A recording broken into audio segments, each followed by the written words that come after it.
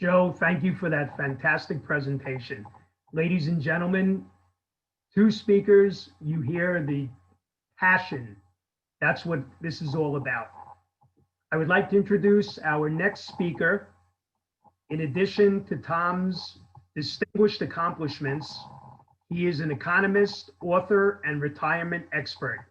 He has been an incredibly popular industry speaker for many years and is considered to be the retirement income expert.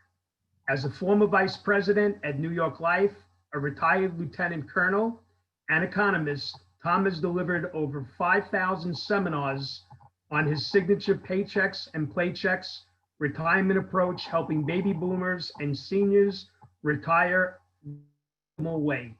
Without further ado, I present Tom Hegna.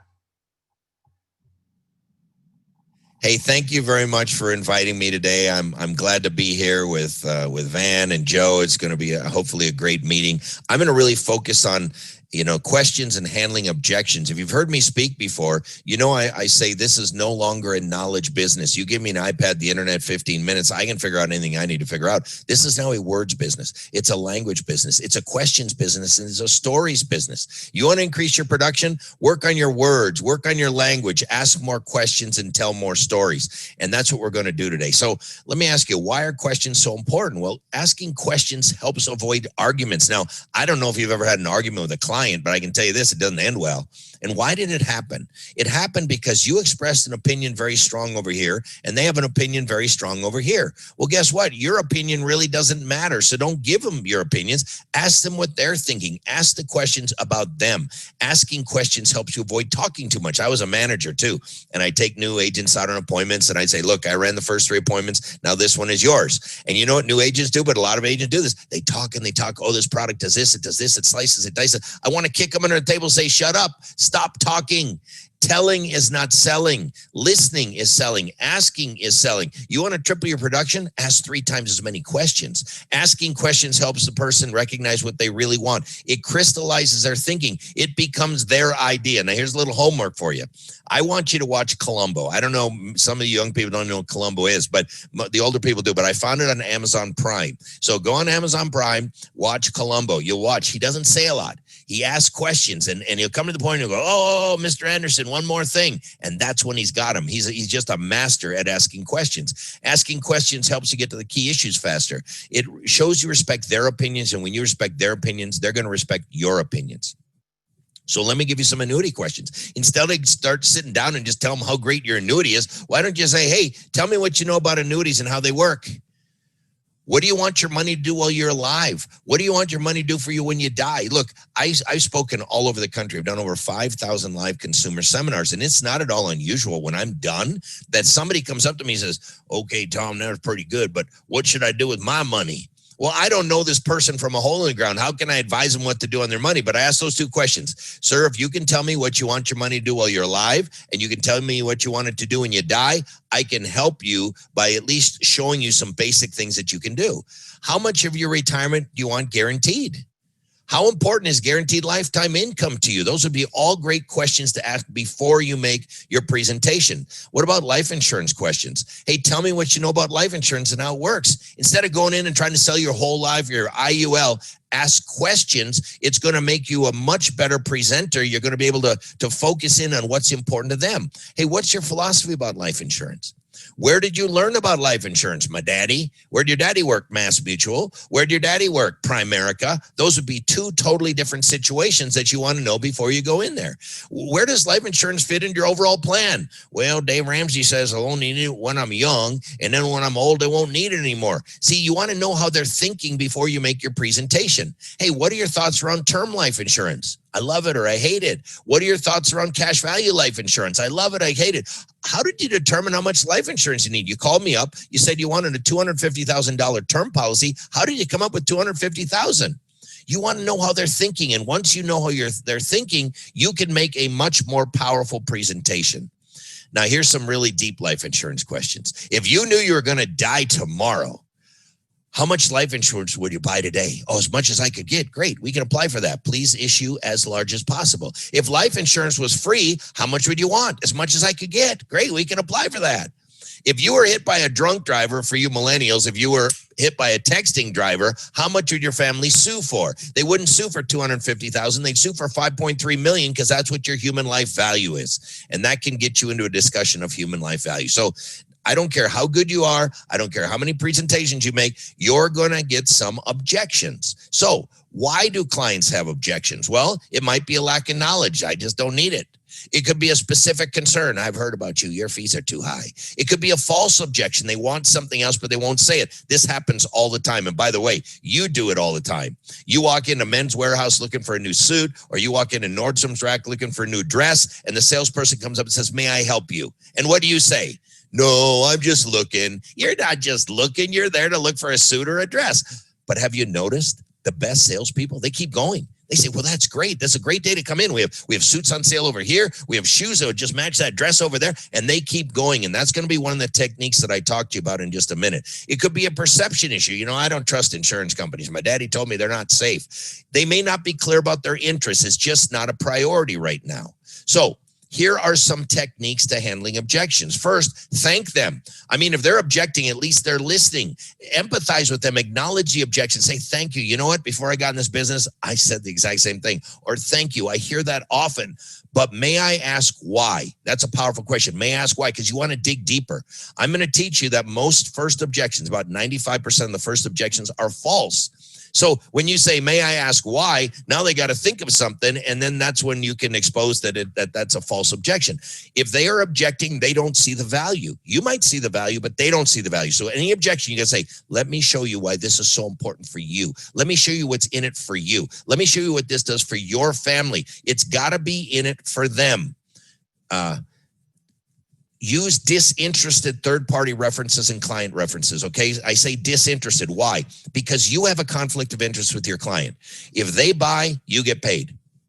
If they don't buy, you don't get paid. Your company has a conflict, because if they buy, the company makes money. If they don't buy, the company doesn't make money. So you want to deal with people who don't get paid whether they buy or not. I don't get paid whether they buy or not. Dr. David Babel doesn't get paid. Dr. Moshe Malevsky, Dr. Wade Fowd, Dr. Michael Finken, Jamie Hopkins of Forbes magazine, Mary Beth Franklin. These are all examples of people who don't get paid whether they buy or not. So you want to use references that support your position, but from people who are disinterested, that don't get paid whether they buy or not. So here are some basic ways to handle objections. Number one, know your stuff. You got to know what's guaranteed, what's not guaranteed, what the fees are, what the fees aren't. I'm amazed at how many advisors really don't know the details of what they're selling. You got to know what you're selling. But then I go one step further. You got to know your main competitors' products better than they do. I'll just give you an example. When I was a brand new agent, I was with MetLife, okay? I was hired by MetLife. And what did MetLife agents do back in the 1980s? They sold mortgage protection to new home buyers. So we had a new home buyer list, and we sold mortgage protection. We didn't have 5-year, 10-year, 20-year term. We had annual renewable term. So that's what I was selling. And I did a really good job. I made MDRT my very first year in the business, which is almost unheard of. But I did lose some cases to New York Life.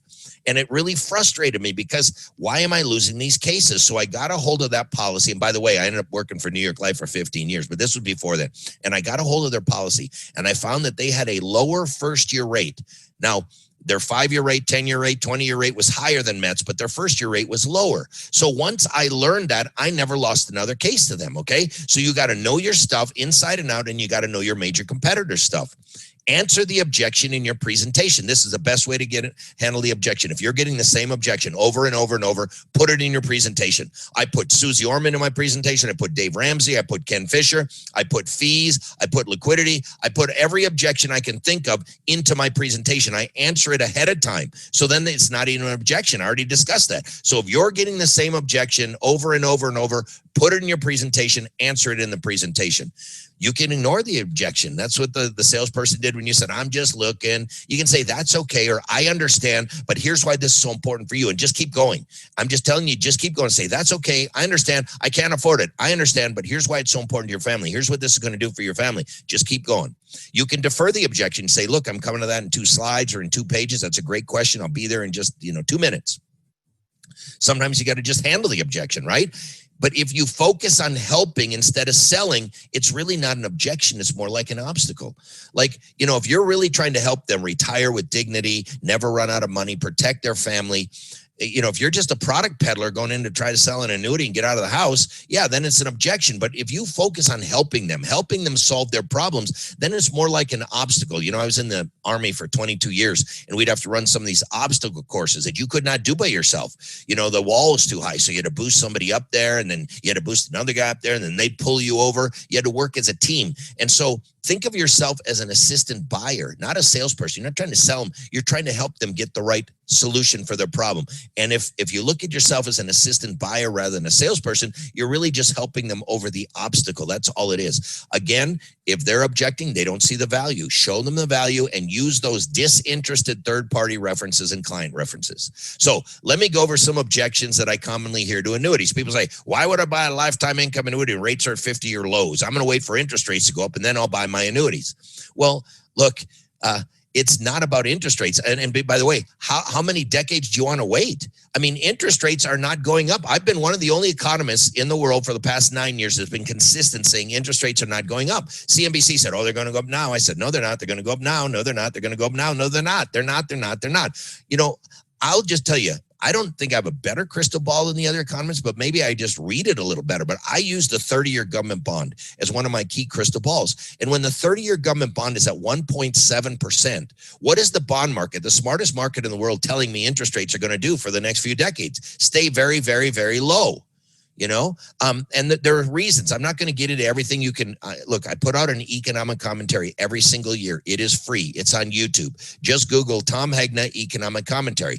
I've been consistent. The reason that interest rates are going to stay low, as far as I can see, are three main reasons: debt, deleveraging, and demographics. Now, debt, there's now over $70 trillion of government debt around the world. Okay, well, what is debt? All debt is taking from the future and spending it today. Well, if we've taken 70 trillion of the future, and this is in the world, in our country it's about 28 trillion, but if we take that many trillions of dollars from the future, we spend it today, what does our future look like?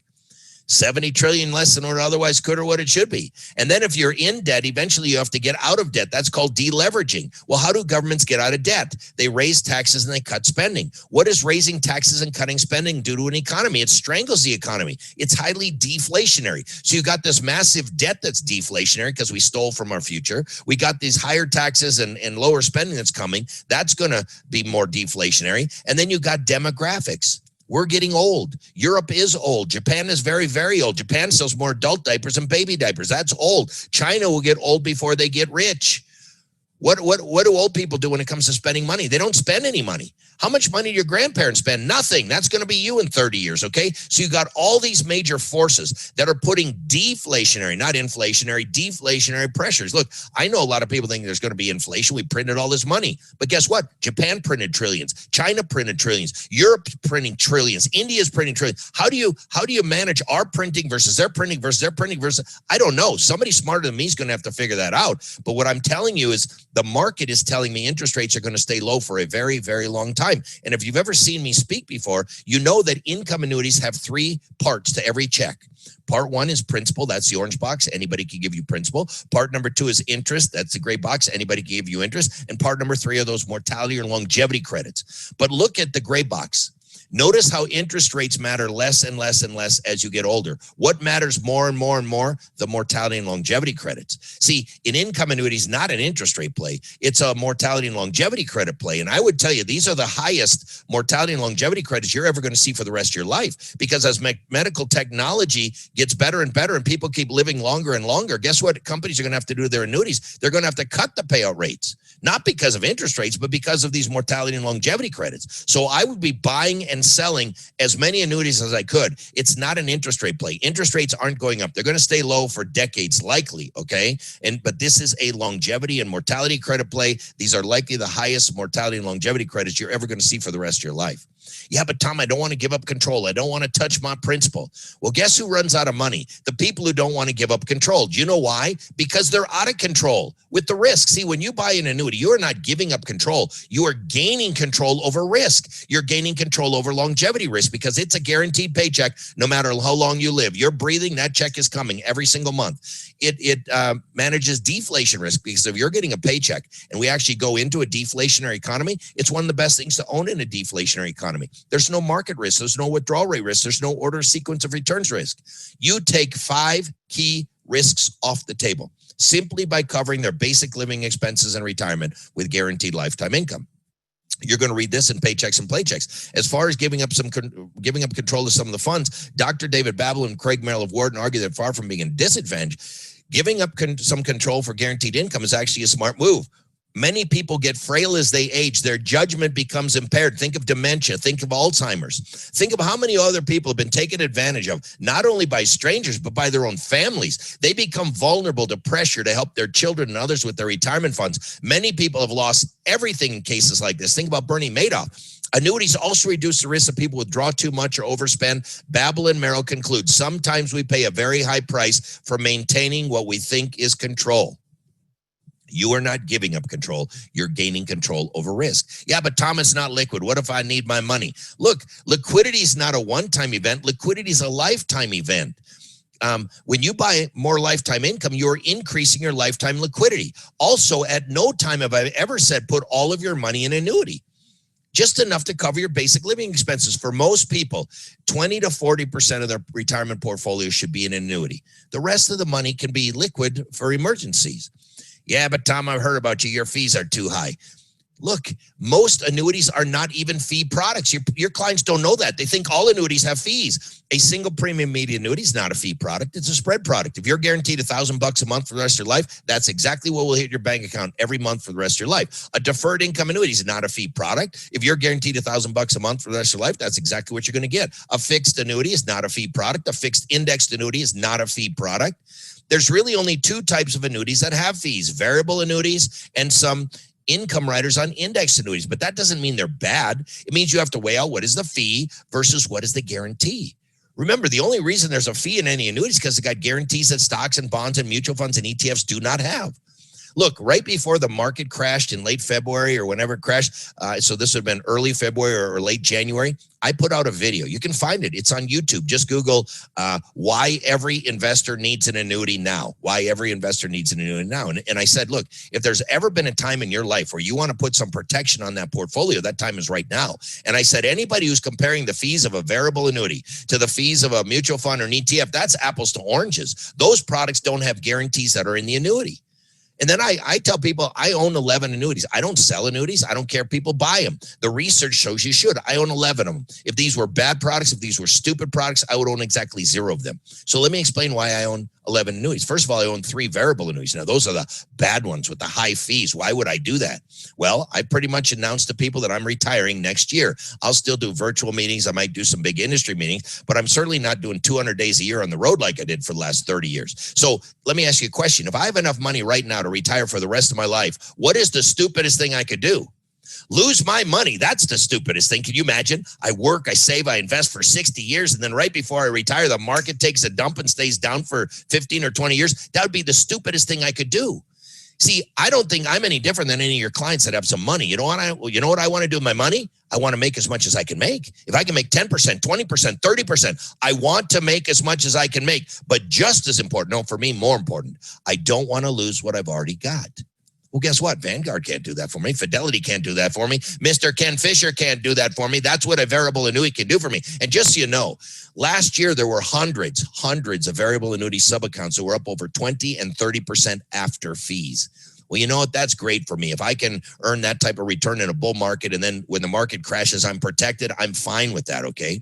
I own 3 fixed index annuities. Why do I do that? Well, there's a smart PhD by the name of Roger Ibbotson who did a study where he studied a 60% bonds, 40% or 60% stock, 40% bond portfolio against a 60% stock, 40% indexed annuity portfolio. He found the annuity portfolio outperformed the bond portfolio for the last 40 years and is likely to do so for the next 40 years. So even if you just move their bond portfolio into a fixed annuity or fixed index annuity, their portfolio is going to do better. And then I own multiple income annuities. Why? Because retirement's all about income. And I think if we've ever learned anything about this corona, we've seen that this year. So let me give you some life insurance objections. People say, Tom, I went to Dave Ramsey's Financial Peace University, and he says buy term life insurance. Well, here's what I would say if I was on their point and say, Mr. and Mrs. Client, you've heard a lot about life insurance. Let me tell you the ultimate truth. Here's the ultimate truth. The only policy that matters is the one that's in force on the day that you die.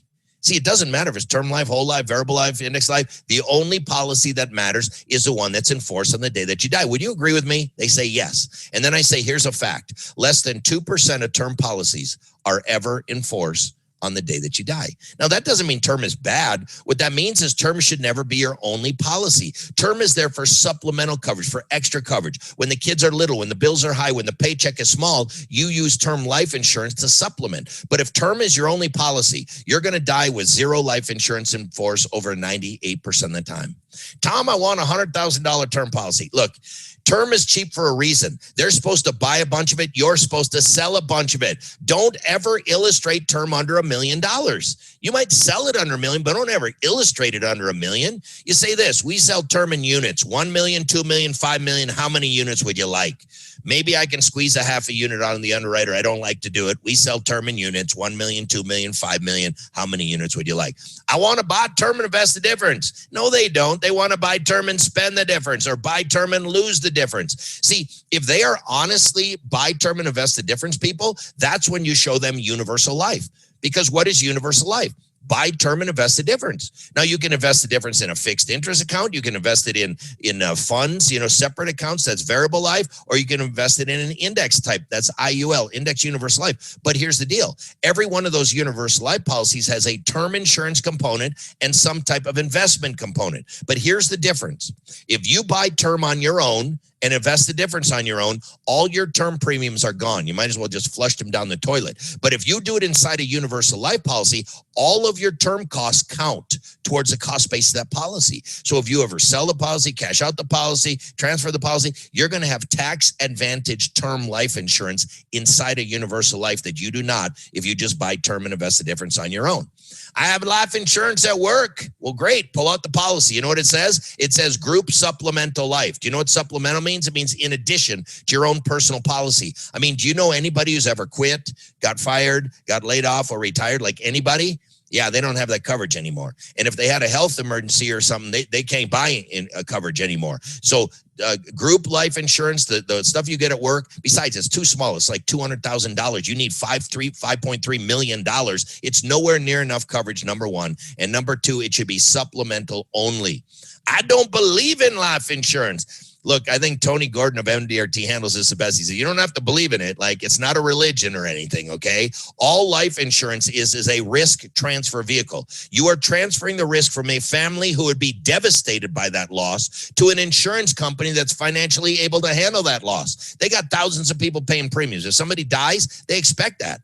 All right. But that family, if they lose the one breadwinner, it wipes out the family. It's simply a risk transfer vehicle. You don't have to believe in it. Life insurance is a lousy investment. Yeah, but it's a great bond substitute. You got to read this article in Forbes that I'm going to show you in just a second. You have to keep paying forever. That's why people don't like whole life. They think you got to pay for your whole life. So you want to show those people a 10 pay. You know, a lot of people don't know this, but I got into this business not because of annuities. I'm thought of as an annuity guy. I got in because at the time MetLife had a 5-pay whole life policy, 5-pay.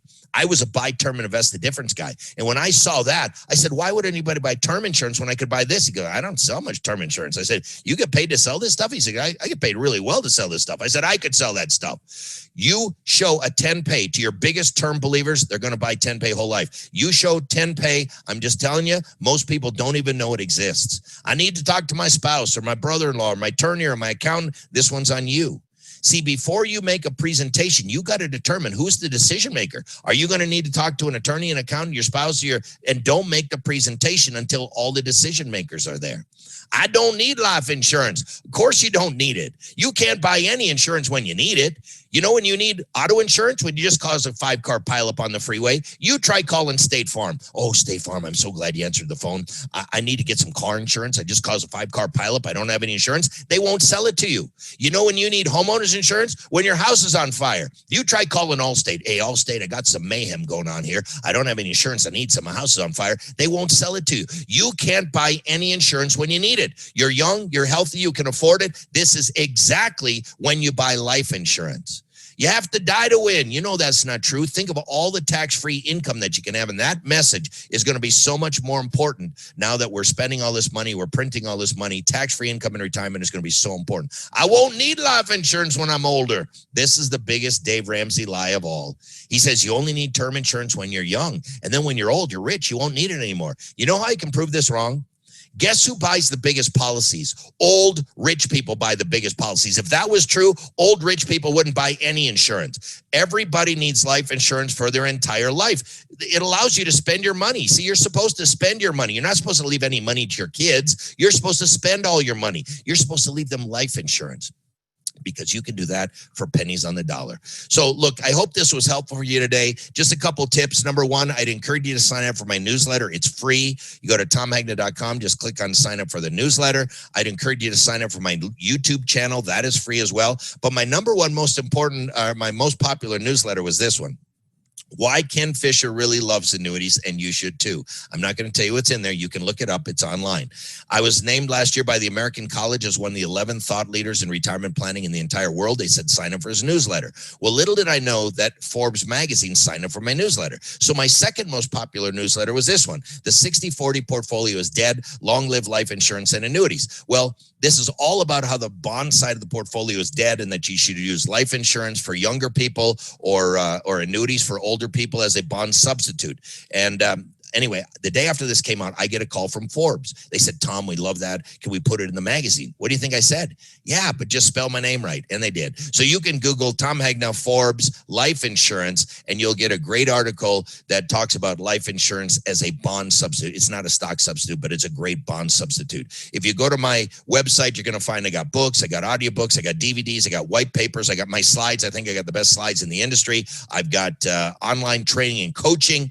But before you get anything, I would encourage you to watch the 5 webinars that I have for free at tomhegna.com/webinars. Please write that down or take a picture of it. tomhegna.com/webinars. I have a free webinar on how to thrive in this lockdown environment, one on life insurance, one on my Don't Worry, Retire Happy. This one you can watch again, the handling objections. And then I've got one on how to give a webinar. If you've never given a webinar, on how to give a webinar. Those are free. And at the end of every one of those webinars, you're going to be offered a huge discount on different packages that I have. So before you buy anything, watch the free webinars, and you'll save a ton of money by getting the huge discounts at the end of those webinars. But those webinars are powerful in and of themselves. So with that, I'm going to step back, and I'm going to let you enter some questions or objections in the chat, and I'd be happy to take any questions or objections that you might have when we do the panel here in just a few minutes.